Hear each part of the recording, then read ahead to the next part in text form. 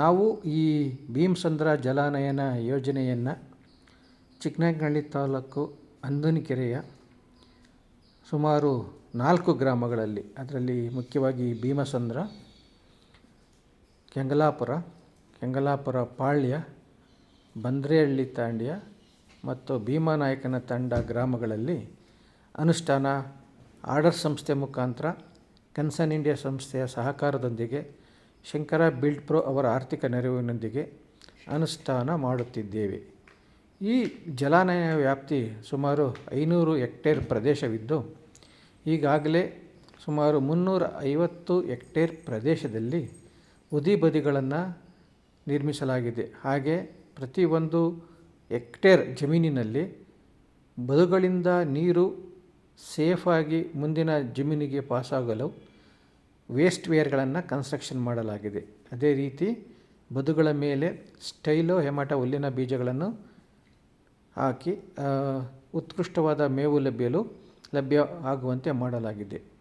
ಈ ಜಲಾನಯನ ಪ್ರದೇಶದ ಚಟುವಟಿಕೆಗಳು ಮುಗಿದ ನಂತರ ಹಳ್ಳಗಳಲ್ಲಿ ನಾವು ಈ ನೀರು ಸಂರಕ್ಷಣಾ ಕಾಮಗಾರಿಗಳನ್ನು ಕೆರೆಕಟ್ಟೆ ದುರಸ್ತಿ ಮಾಡುವುದರ ಮುಖಾಂತರ, ಅಲ್ಲಲ್ಲಿ ಕಲ್ಲಿನ ಆಣೆಗಳನ್ನು ಕಟ್ಟುವುದರ ಮುಖಾಂತರ, ಸಣ್ಣ ಸಣ್ಣ ಹೊಂಡಗಳನ್ನು ಮಾಡೋದ್ರ ಮುಖಾಂತರ ಮಳೆ ನೀರನ್ನು ಸಂರಕ್ಷಿಸಿ ಅಂತರ್ಜಲ ವೃದ್ಧಿ ಮಾಡಲು ಹಲವಾರು ಚಟುವಟಿಕೆಗಳನ್ನು ಈ ಒಂದು ಭೀಮಸಂದ್ರ ಜಲಾನಯನದಲ್ಲಿ ಅನುಷ್ಠಾನಗೊಳಿಸಲಾಗಿದೆ. ಈಗಾಗಲೇ ಈ ಒಂದು ವಿಡಿಯೋದಲ್ಲಿ ನೀವು ನೋಡಿರೋ ಹಾಗೆ ಒಂದು ಹೂವಿನ ಕಟ್ಟೆ, ಸಣ್ಣ ಕಟ್ಟೆ, ಅದು ತುಂಬ ಸಿಲ್ಟಾಗ್ಬಿಟ್ಟು ಎಲ್ಲ ಮರ ಗಿಡಗಳು ಬೆಳ್ಕೊಂಡಿದ್ದು, ಆ ಕಟ್ಟೆಯನ್ನು ಕ್ಲೀನಾಗಿ ಏರಿ ಮಾಡಿ ಅದಕ್ಕೆ ಕೋಡಿ ಮಾಡಿ ಸುಭದ್ರವಾಗಿ ನೀರು ನಿಲ್ಲಾಗಿ ಮಾಡಿದ್ವಿ. ಅದೇ ರೀತಿ ಇನ್ನೊಂದು ಉಚ್ಚೈನ ಕಟ್ಟೆ ಅಂತೇಳಿ ಆ ಕಟ್ಟೆನೂ ಕೂಡ ದುರಸ್ತಿ ಮಾಡಿ ಅಲ್ಲಿ ಹೆಚ್ಚಿನದಾಗಿ ನೀರು ಸಂಗ್ರಹ ಮಾಡಿ ಆ ಒಂದು ಕಟ್ಟೆಯ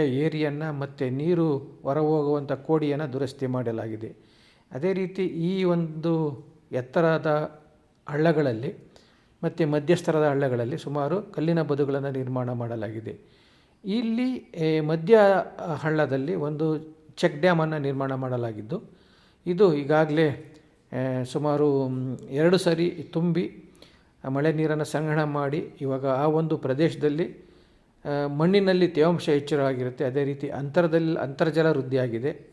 ರೈತರು ಅವರೊಂದು ಜಮೀನುಗಳಿಗೆ ಬಂದಾಗ ದನ ಕರುಗಳಿಗೆ ನೀರು ಕುಡಿಸೋದಕ್ಕಿರ್ಬೋದು, ಅಥವಾ ಅವರು ಕೈಕಾಲುಗಳು ತೊಳೆಯೋಕ್ಕಿರ್ಬೋದು, ಅದೇ ರೀತಿ ಅವರ ಒಂದು ಬಟ್ಟೆ ಬರೆಗಳನ್ನು ಒಗೆಯೋದಕ್ಕಿರ್ಬೋದು, ತುಂಬ ಸಹಕಾರಿಯಾಗಿದೆ. ಈ ಒಂದು